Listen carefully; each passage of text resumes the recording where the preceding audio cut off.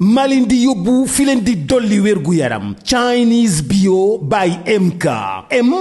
ak A ñoo dem Chine liggéey ak waa Chine liggéey ci médecine traditionnelle chinoise yëkkati lépp loo xam ne da di qualité ci li nga xam ne moom la ñu am li gën a baax jox leen ko ñu indi ko Sénégal mu di traitement boo xam ne dañ koy jaaree ci ay thé bio pour mën a am ventre plat médecine traditionnelle chinoise du caaxaan nga bëgg perte de poids Chinese bio prise de forme maanaam nga gën a fees del Chinese bio te lépp ay tee la fertilité féminine jigéen joo xam ne da nga amoon ay jafe-jafe ñu raxas sa biir ndax nga mën a jël grossesse fibrome prostate hépatite B hémorroïde et ulcère Chinese bio lépp ay tee la lépp bio la by MK am na tee pour arrêter la cigarette résultat bi da nga koy gis ci une semaine à boire matin midi soir Chinese bio by MK rond-point Jamalaay booy dem Dior première doodaan à ta gauche wala nga woo 78 703 47 47 wala 78 703 87 87 bu la neexee ñu livrer le fone.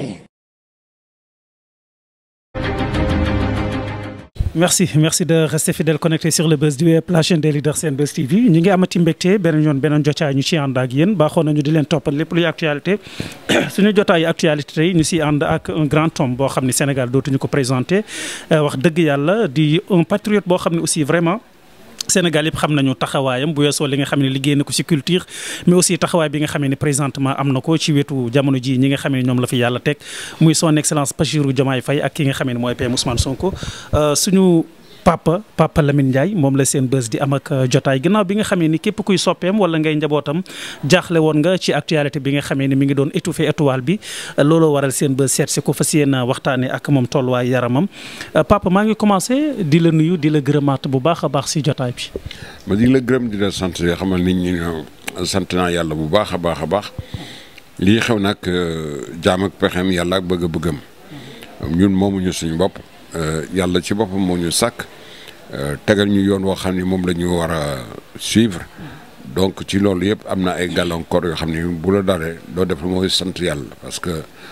leneen lu raw loolu sax mënoon na la dal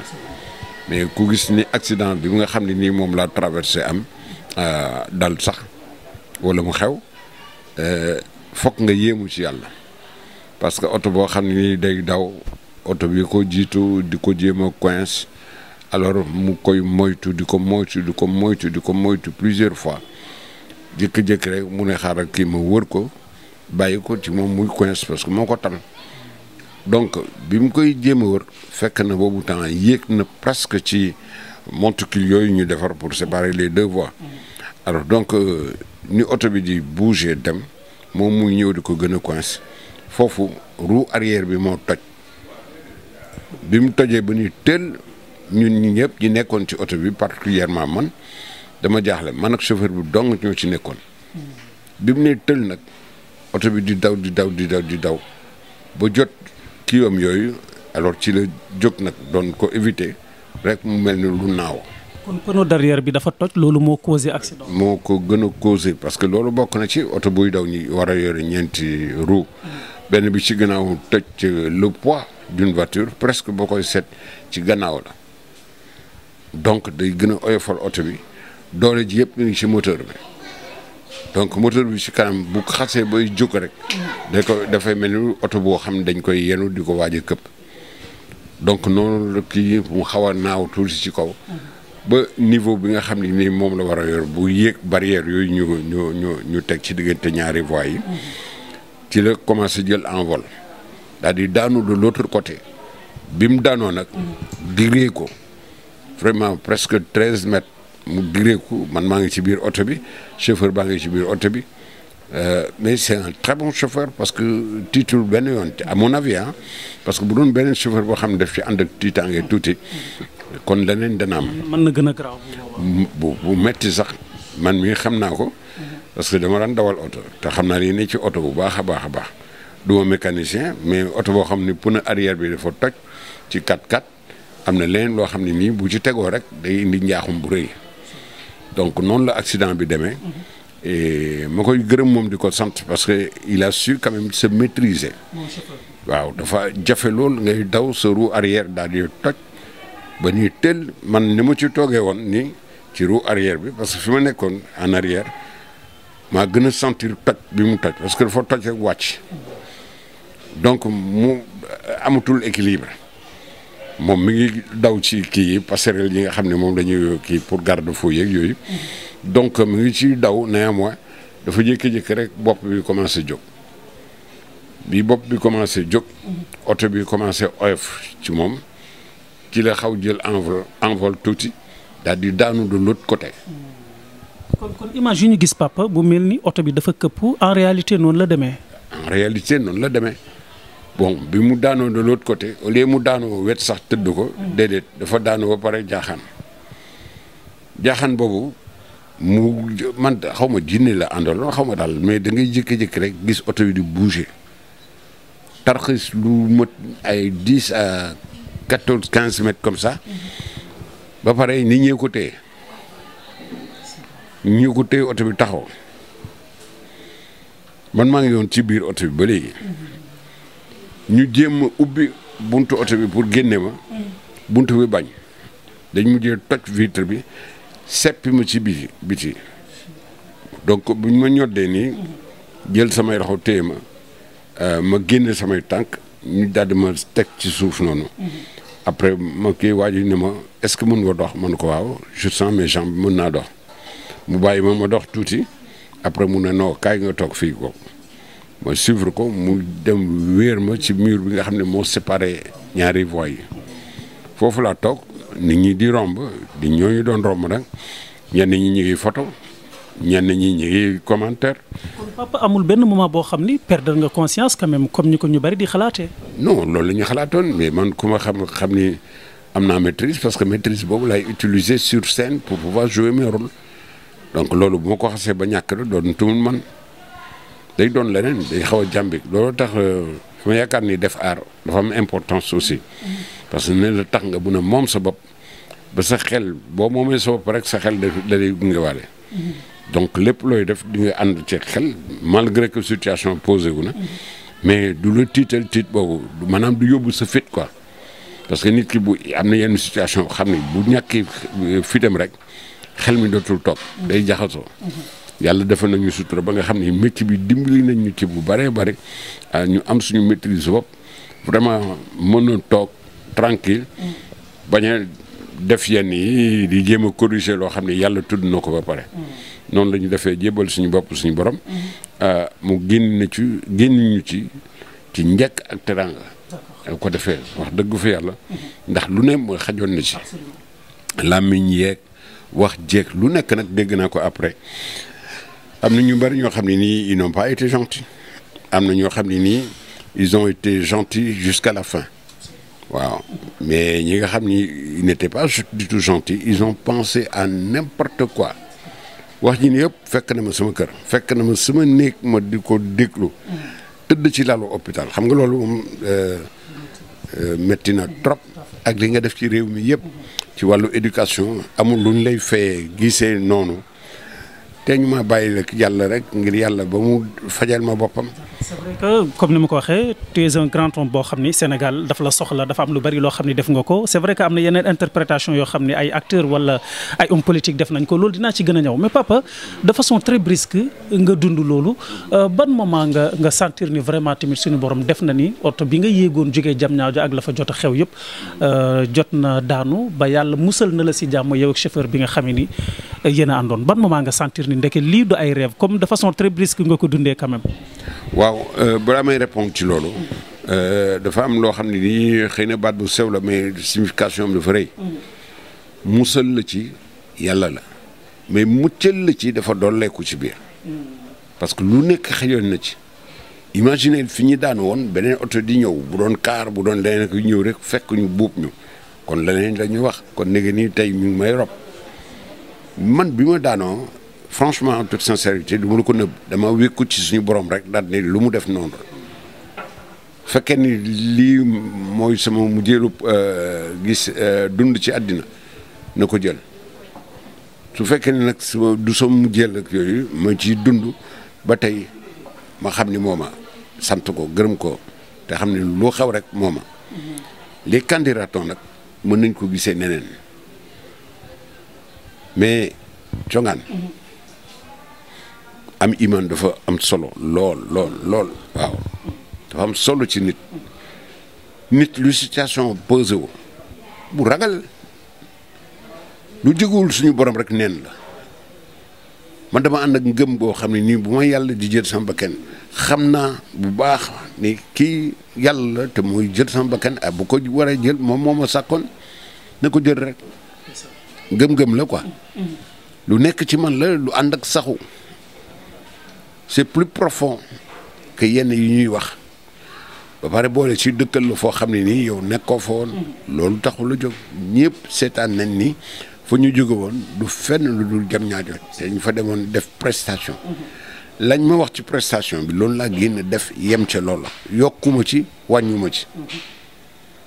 leen dong moo ma ci métti woon mooy mbub mi nga xam ne ni moom laa soloon mu doon mbub mi nga xam ne moom laa waroon a jouer dañ ma ko solloo parce que man dama ko simi woon pour ñu fóoti woon ko parce que même sama waa kër sax xam nañ ni man mbubb moo ko solee du mat ñaari fan ma simmi ko pour ñu linger ko mais ñu obligé ma kii parce que ça sentait franchement donc ñu solloo ma ko et de force obligatoire la woon je me suis fié dégg nga à leur instinct à leur vouloir xam ni lu ñu laaj la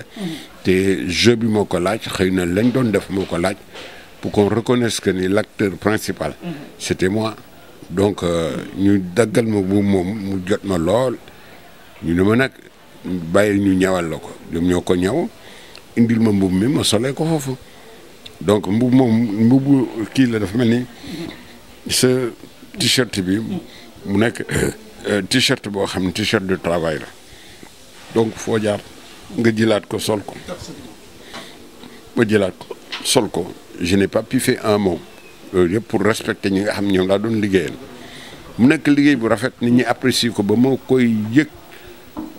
ci coulisses yi waxu nit ñeeg surtout bi ma génnee di war a ñibbi di nit ñi doon wax yëpp dugg na sama nopp ñi nga xam ne nii fu baax la ñuy dëkkal dugg na samay nopp ñi nga xam ne nii fu bon la ñuy dëkkal it aussi dugg na sama nopp mais quoi qu'il en soit gis nga man ce que je fais c'est pour l'intérêt de ma nation c'est mon pays que j'ai mis au devant de tout c'était ça l'essentiel on parle de patriotisme personne n'incarne le patriotisme tant que jéemuloo fàttali nit ñi di la wax à travers tes prestations pour leur montrer que ni ngëm-ngëm bi nekk ak yow lu dëggu la ci sa xol moi je suis naturellement comme ça je ne cherche pas l'avis de qui que ce soit pour déterminer mon patriotisme je vis mon patriotisme waaw c'est ça l'essentiel vivre faut pas nekk fii avec qu'on m'excuse du terme que je vais utiliser avec une bouche fendue ak waa nekk li ñuy wax kese te dunduloo ko patriotisme day jóge ci sa xol nga di ko dund bu la nit ki gisee rek dina xam ne kii patriote dëgg la mais leen li ci des li nit ñi di wax ak yooyu je les écoute moins pour ne pas avoir le cœur gros parce que ndeysaan si ce sont des Sénégalais nañ ko bàyyi de vivre vraiment ce qu'est le patriotisme. Ça c'est dina gën a ñëw ci li nga xamee ni sama benn xarit ni mu ko waxee histoire da koy bind muy prestation bi nga xamee ni Sénégal en 2050 bi ñu koy lancé Papa Lamine Ndiaye moo ko presté loolu moom kenn dootu ko fàtte mais bala maa ñëw ci loolu nga dem fële ñu ne yóbbu nañ la hôpital son excellence président déplacé wu ñëw seet si la loolu tamit bokk na ci image bi gën a médiatiser vraiment ci xew-xew bi nga xamee ne moo dal sa kaw loolu ban yëg-yëg nga am bi président bàyyi lépp ñëw bi mu yëgee xibaar bi moom it ngir bokk ak yow métit bi. gàcce ngalaam ndax dama koy faral di wax nee naa ko fay bërëm pende waagaan dugg waagaan kuma sañaan fasanom latir xango nango xoox a gedeka yaxe jigana ko podom gunukuna podom salmono yaxum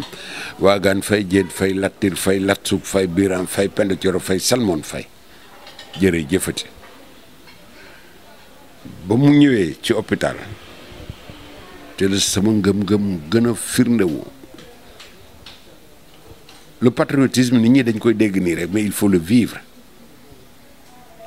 pour savoir qu'est-ce que c'est le patriotisme du affaire u yaama neex du affaire u ngëm-ngëmlu yooyu daf ko dàq day nekk sa xol nga di ko dund te loo jëf affaire u patriote lay doon dafa nga ni man xalangu ci tali bi oto di mbëkk yooyu wala nga jóge ci biir oto mu daal di daw ba daanu te mu ñëw naqar boobu dégg nga surtout bu ñëwee ci laa gën a gëm ni li ma nekkee naa ci dëggu toog ci parce que dafa ñëw hôpital vraiment il s'est déplacé comme un seul homme man je ne voyais plus le président de la République mais je me disais que le peuple sénégalais est venu me voir me rendre visite dégg nga chanter peut-être sama ngëm-ngëm autrement ma di ko sant loo tax ma jiital tagg bi ma dellusiwaat fay biram pende waagaan dugg waagaan ko ba sañaan fa sanom latir xangol na ngo xoox ak de ka yaxi jegaana ko podom gono kuna podom salmono yaxum waagaan fay jeen fay latir fay lat suuk fay biram fay pende coro fay salmon fay ok donc loolu ma bëgg ci lool gis nga le temps que j'ai mis à l'hôpital c'est un temps insignifiant parce que je vivais autre chose au plus profond de moi-même. Je me suis senti comme un faïen parce qu'il est venu me voir. Il pouvait ne pas le faire parce que rien amul dara lu ko obligé pour mu ñëw di ma seet si mais xam naa parce que bu mu déggee ne gaañu na mu ne la moindre des choses c'est d'aller le voir. Pourtant Sonko mënoon na ko def mais Sonko je ne l'ai pas vu mais meruma ci loolu. Président de la République doy na sëkk Sonko Diomaye Sonko loolu mu gën maa firndeel loolu donc les gens qui racontent tout le temps dans mes oreilles voilà ton homme yaa ngi ko gëm ba pare te ñëwul du ñëw bi mu am importance mais li ñu teg ci table ji pour nit ñi dund ko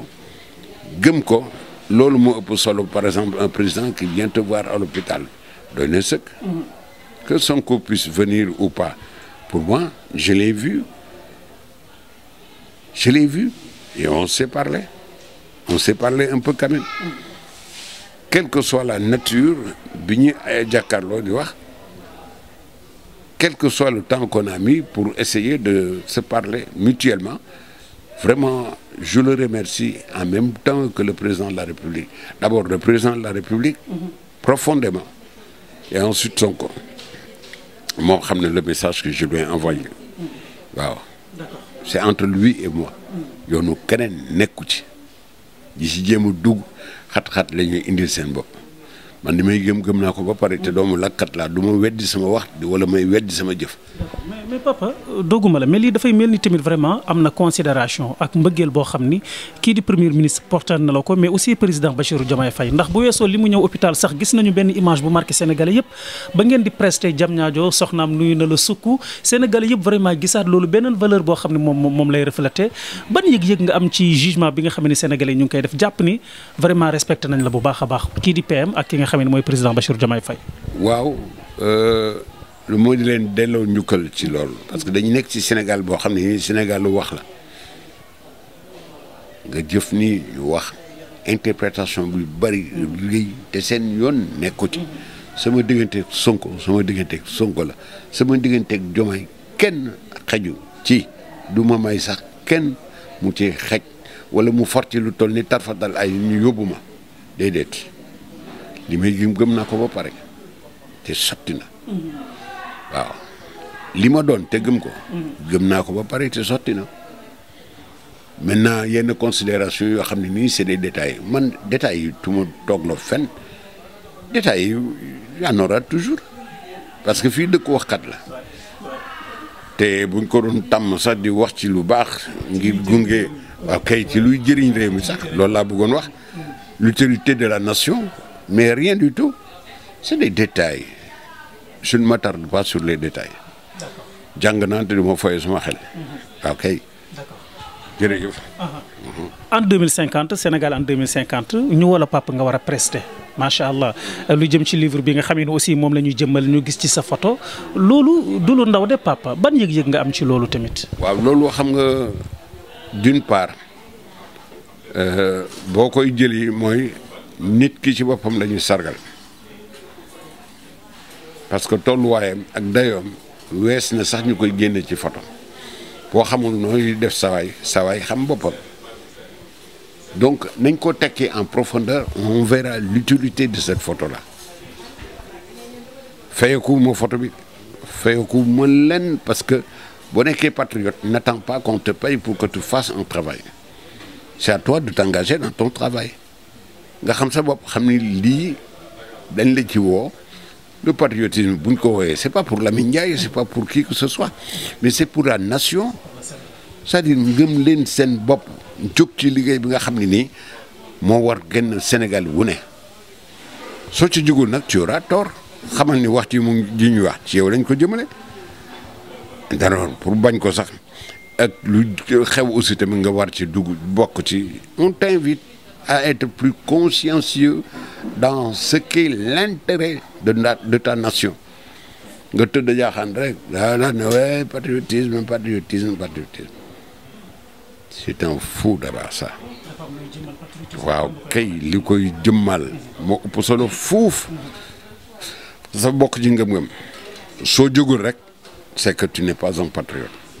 bul mere kenn mereel sa bopp. Abdul watani minal iman bëgg sa nation dafa bokk ci gëm yàlla. mais loolu ci diine la bokkul ci nation rek yam fa diine d'abord moo jiitu nation bi buñ ne diine nag bu ci kenn génne sa bopp képp koo xam ne yaa ngi woote diine ak diine bu mu mënti doon ci patriotisme la bokk dañuy yaakaar ni yàq les musulmans par exemple ñoom moom patriotisme non c'est de faux problèmes patriote la ñuy wax quelqu'un qui aime sa nation et qui aime servir sa nation pour l'intérêt de sa nation kon il y a tout le monde là-dedans le catholique le bouddhisme le croyant et le non-croyant je veux dire en quelque sorte mais vraiment on parle à tout le monde à tout un chacun ku ci mën sa doole nga dugal ko ci dégg nga c'est ça le patriotisme ku mën indi sa doole nga bokk ci li tabax réew mi waaw kay loolu la mais pas ay politique politicienne dugg fii way diw lii diw laa ay kii ça ne fait que séparer les gens alors que c'est toute la population qu'on invite c'est le peuple le patriotisme c'est le peuple œuvrons pour les populations œuvrons pour la nation l'intérêt commun prime s'il n'y a pas d'intérêt commun il n'y a pas une nation donc nañ ko bàyyi di féetale benn côté ñëpp la ëmb ci biir waaw. très bien avant de finir jotaay bi li ko waral mooy suñu papa Lamine Ndiaye dalal xelu soppe yi rawatina patriote yi nga xam ne ñu ngi ci diaspora bi di ñu woowee fu nekk alhamdulilah suñu borom muccal na ko yéen a ngi koy gis nii mu toog di wax ak ñun donc amatul lenn loo xam ne vraiment war nañ ko xalaat lu jëm ci wér di ko yaramam allez-y.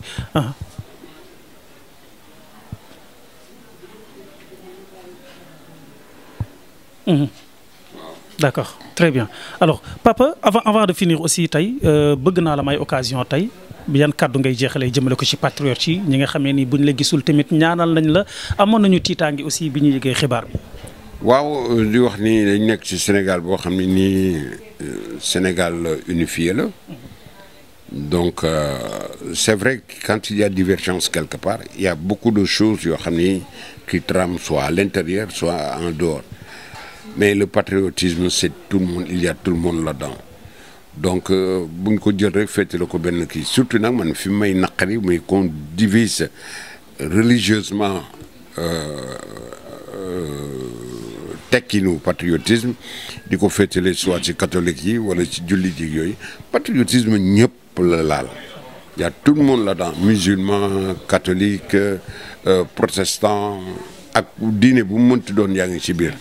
Il suffit d'aimer ton Sénégal et d'œuvrer pour son intérêt et pour son développement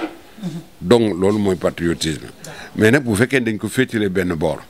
foofu la bonne parce que quand tu parles de patriotisme du xaajaloo day unifier c'est toute la population sénégalaise que ça concerne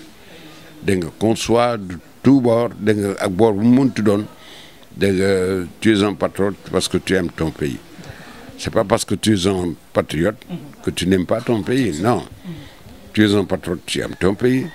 religieusement parlant donc aussi muy catholique jullit ak ku munti doon tu vis dans le Sénégal tu es un patriote l'intérêt national moo la war a primer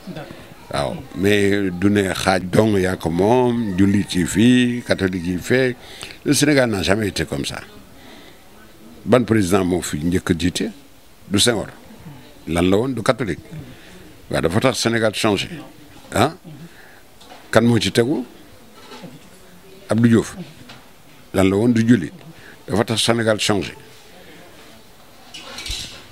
après Abdou Diouf yaa kii Ablaye Wade bi mu ñëwee ñi doon douter di ko féete la foo xam ne fu ñaaw la sax man je n'ose pas passer là-dessus parce que c'est un vieux que je respecte